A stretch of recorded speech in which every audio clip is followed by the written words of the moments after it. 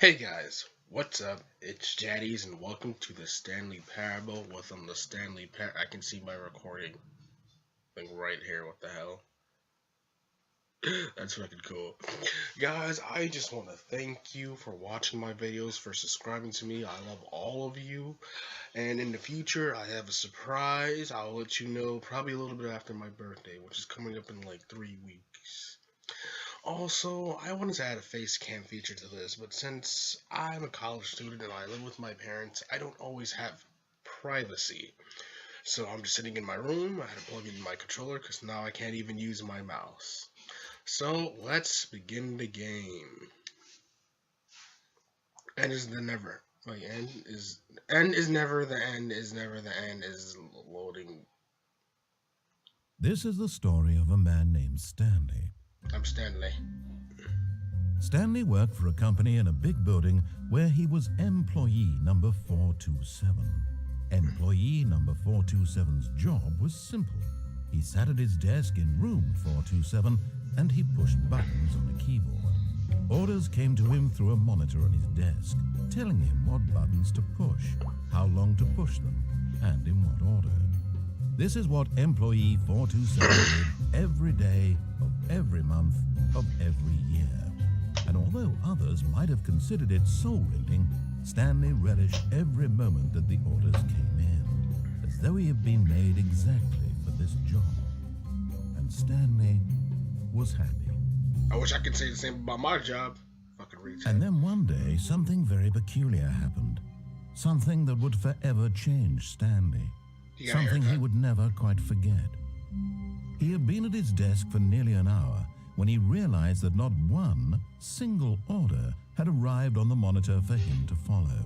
No one had showed up to give him instructions, call a meeting, or even say hi. Never in all his years at the company had this happened, this complete isolation. Something was very clearly wrong.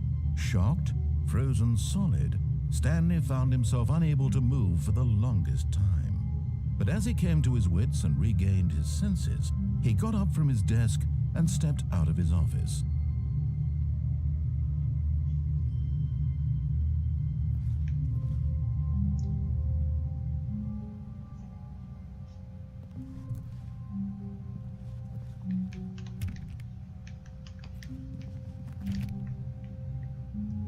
All of his co-workers were gone. What could it mean? Stanley decided to go to the meeting room. Perhaps he had simply missed a memo. They probably just went to Taco Bell without me. No matter how hard Stanley looked, he couldn't find a trace of his co-workers. That actually hurts my eyes. Oh my god.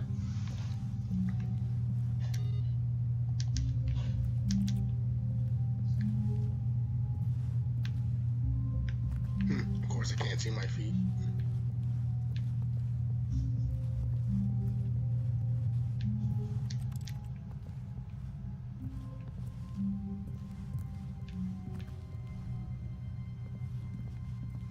When Stanley came to a set of 2 open doors, he entered the door on his left.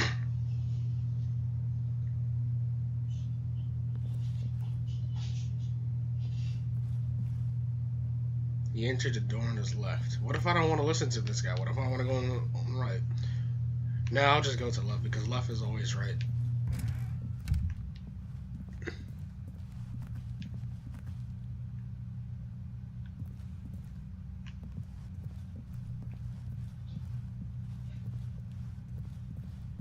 Yet there was not a single person here either. Feeling a wave of disbelief, Stanley decided to go up to his boss's office, hoping he might find an answer there. You know, I was trying to read that on how not to get fired, because what if the company sold itself and they let me go and I still came back like a dumbass?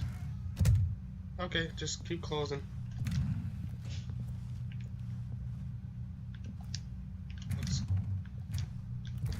Because, you know, my boss doesn't, of course, he doesn't have a broom. Coming to a staircase, Stanley walked upstairs to his boss's office. Oh. So it just takes you straight right in there?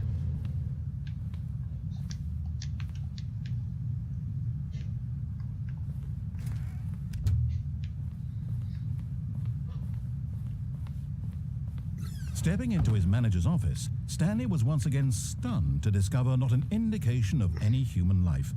Shocked, unraveled, Stanley wondered in disbelief who orchestrated this, what dark secret was being held from him. What he could not have known was that the keypad behind the boss's desk guarded the terrible truth that his boss had been keeping from him. And so the boss had assigned it an extra secret PIN number, 2845. But of course, Stanley couldn't possibly have known this. Yeah, how would I know that? Yet incredibly, by simply pushing random buttons on the keypad, Stanley happened to input the correct code by sheer luck. You're giving me all the answers! He stepped into the newly opened passageway. Wait, nothing open. Oh, wow. Wow.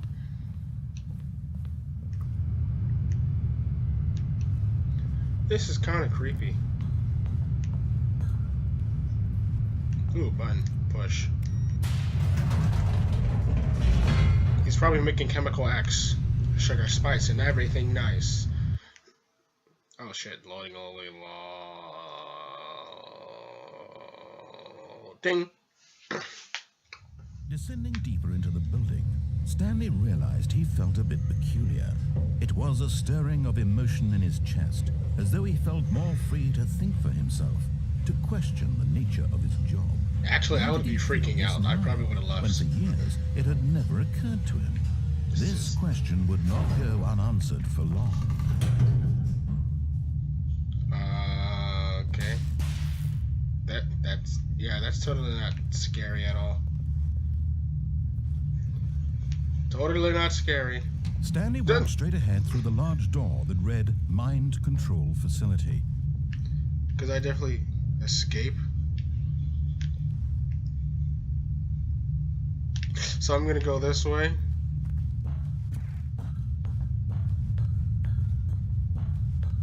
Mind control. The lights rose on an enormous room packed with television screens. What horrible secret did this place hold? Stanley thought to himself. Did he have the strength to find out? Of course I have the strength. Then again, I don't like being told what to do, doing as I'm told.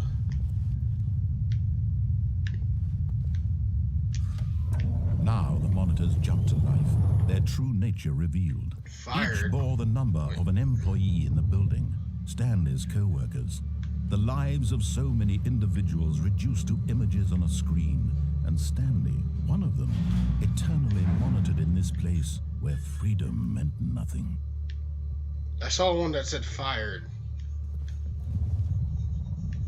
Wait, what the hell is this?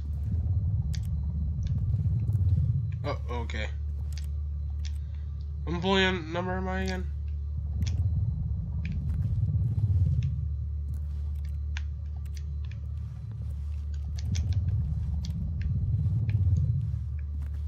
This is actually creepy. What the hell? Like, why can't my job have these? No, wait, that'll be too many people taking my hours. This mind control facility, it was too horrible to believe. It couldn't be true. Had Stanley really been under someone's control all this time? Was this the only reason he was happy with his boring job? That his emotions had been manipulated to accept it blindly? Wait, how? I mean, if that was the case, I would have left. He refused to believe it. Of course he couldn't accept it. His own life in someone else's control? Never. It was unthinkable, wasn't it? Was it even possible? I don't think it was possible. Had he truly spent his entire life utterly blind to the world? But here was the proof. The heart of the operation. Controls labeled with emotions. Happy, or sad, or content. Walking, eating, working. All of it monitored and commanded from this very place. And as the cold reality of his past began to sink in, Stanley decided that this machinery would never again exert its terrible power over another human life. For he would dismantle the controls once and for all.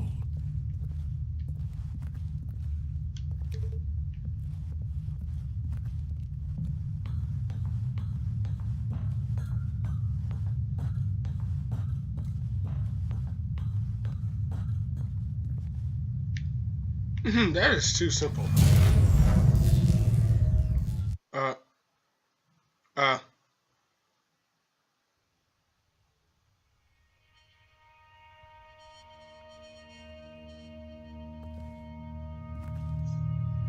Blackness and a rising chill of uncertainty. Was it over? I can't. Yes. He had won. He had defeated the machine, unshackled himself from someone else's command. Freedom was mere moments away. And yet, even as the immense door slowly opened, Stanley reflected on how many puzzles still lay unsolved. Where had his co-workers gone?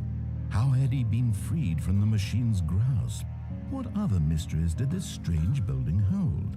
But as sunlight streamed into the chamber, he realized none of this mattered to him, for it was not knowledge or even power that he had been seeking, but happiness. Perhaps his goal had not been to understand, but to let go. No longer would anyone tell him where to go, what to do, or how to feel. Whatever life he lives, it will be his. And that was all he needed to know. Do I even have a family? It was perhaps the only thing worth knowing. Is this even real? Stanley stepped through the open door. This is a door. This is a door. Does this look like a door to you?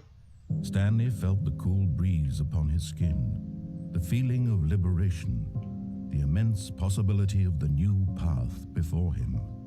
This was exactly the way, right now, that things were meant to happen. Until I got killed by a bear. And Stanley was happy.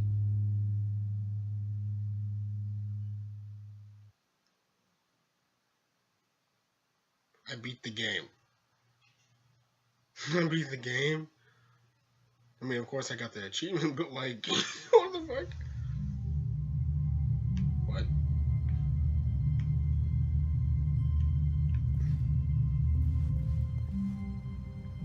All of his co-workers were gone. What could it mean? So the Stanley decided to go to the meeting room. Perhaps he had simply missed a memo.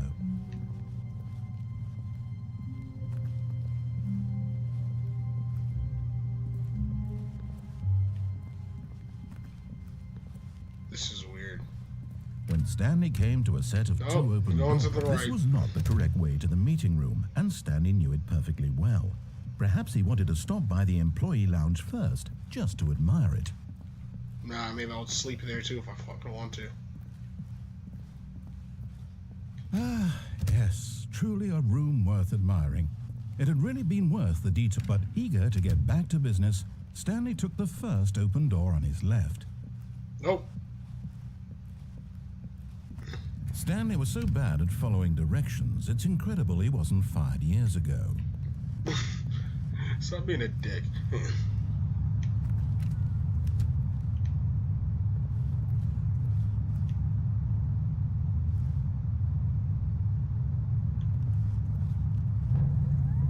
Look, Stanley, I think perhaps we've gotten off on the wrong foot here. I'm not your enemy, really, I'm not. I realize that investing your trust in someone else can be difficult, but the fact is that the story has been about nothing but you all this time. There's someone you've been neglecting, Stanley. Someone you've forgotten about. Please, stop trying to make every decision by yourself. Now, I'm not asking for me, I'm asking for her. Who's her? The hell is this guy talking? This is it, Stanley. Your chance to redeem yourself, to put your work aside, to let her back into your life. She's been waiting.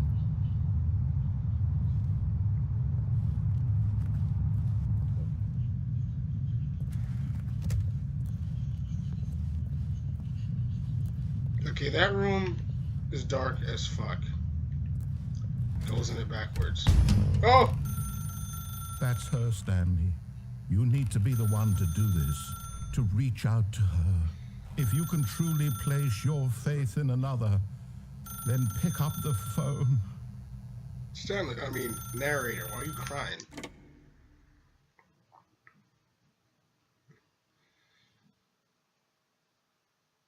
What the? Stanley, is that you? Hold on, sweetie. Sorry to keep you waiting. I'm just pulling the bread out of the oven. All right. Okay, there we go. All right, now, I want you to come in and tell me all about your day. Holy crap. Gotcha. Oh, come on. Did you actually think you had a loving wife who'd want to commit their life to you? I'm trying to make a point here, Stanley. I'm trying to get you to see something. Come inside. Let me show you what's really going on here. Can you get that mannequin out of my face, please? This is a very sad story about the death of a man named Stanley. Oh. Stanley is quite a boring fellow. He has a job that demands nothing of him. I committed myself. Every button that he pushes is a reminder of the inconsequential nature of his existence. Sure, which one is why? Look at him there, pushing buttons, doing exactly what he's told to do. Now he's pushing a button. Now he's eating lunch. Now he's going home. Now he's coming back to work. One might even feel sorry for him, except that he's chosen this life. Has anyone seen anything? Because I clearly don't. But in his mind, he can go on fantastic adventures. From behind his desk, Stanley dreamed of wild expeditions into the unknown, fantastic discoveries of new lands. It was wonderful. And each day that he returned to work was a reminder that none of it would ever happen to him. And so he began to fantasize about his own job. First, he imagined that one day while at work, he stepped up from his desk to realize that all of his co-workers, his boss, everyone in the building had suddenly vanished off the face of the earth. The thought excited him terribly. Actually spend time with the boy. Wait. So he went further. He imagined that he came to two open doors and that he could go through either. At last, choice. It barely even mattered what lay behind each door. The mere thought that his decisions would mean something was almost too wonderful to behold. As he wandered through this fantasy world, he began to fill it with many possible paths and destinations. Down one path lay an enormous round room with monitors and mind controls. And down another was a yellow line that weaved in many directions. And down another was a game with a baby. And he called it the Stanley Parable. It was such a wonderful fantasy, and so in his head he relived it again, and then again, and again, over and over, wishing beyond hope that it would never end, that he might always feel this free. Surely there's an answer down some new path, mustn't there be? Perhaps if he played just one more time. But there is no answer.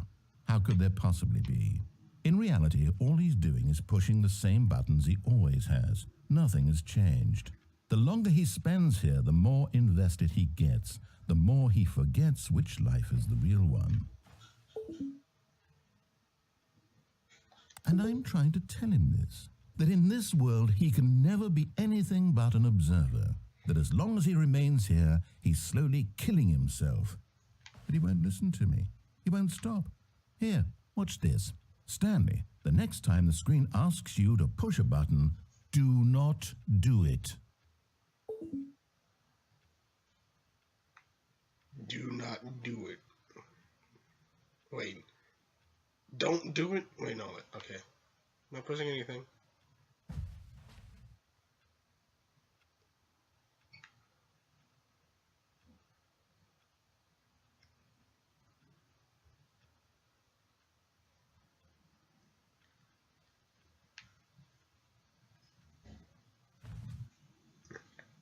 Yo, come on. Narrator. Don't make me press this button. Don't make me... Come on. I don't want to press the button. I'm trying to listen to you, but like, you know... I mean, I'm pressing a button right now to move around and shit, though. How come that doesn't count? Fuck you. You see? Can he just not hear me? I can hear you. How can I tell him in a way that he'll understand that every second he remains here, he's electing to kill himself? How can I get him to see what I see? How can I make him look at himself? How about you just, like... press X. I suppose I can't. Not in the way I want him to. But I don't make the rules. I simply play to my intended purpose, the same as Stanley. We're not so different, I suppose. I'll try once more to convey all this to him. I'm compelled to. I must. Perhaps, well, maybe this time he'll see. Maybe this time. And I tried again, and Stanley pushed a button. And I tried again, and Stanley pushed a button. And I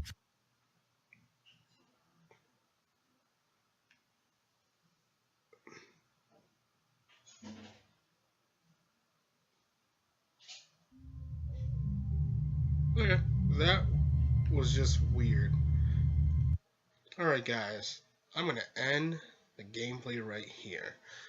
Thanks for watching, comment, rate, and subscribe, and I have a question for those that have gaming YouTube channels. And I know some of you wanted to like do YouTube partnerships like with Machinima and all that stuff, but like let's say you don't have that much subscribers. Let's say you want to help yourself grow, you don't know how to do it. Well, would you like to partner with a YouTube network with 16% base revenue share that can grow up to 110? Try Freedom, because there is no lock-in contract, so you can leave whenever you want, and it has amazing benefits as well as other people that will help you grow. So check it out in the description. I'll see you guys later. Thanks for watching.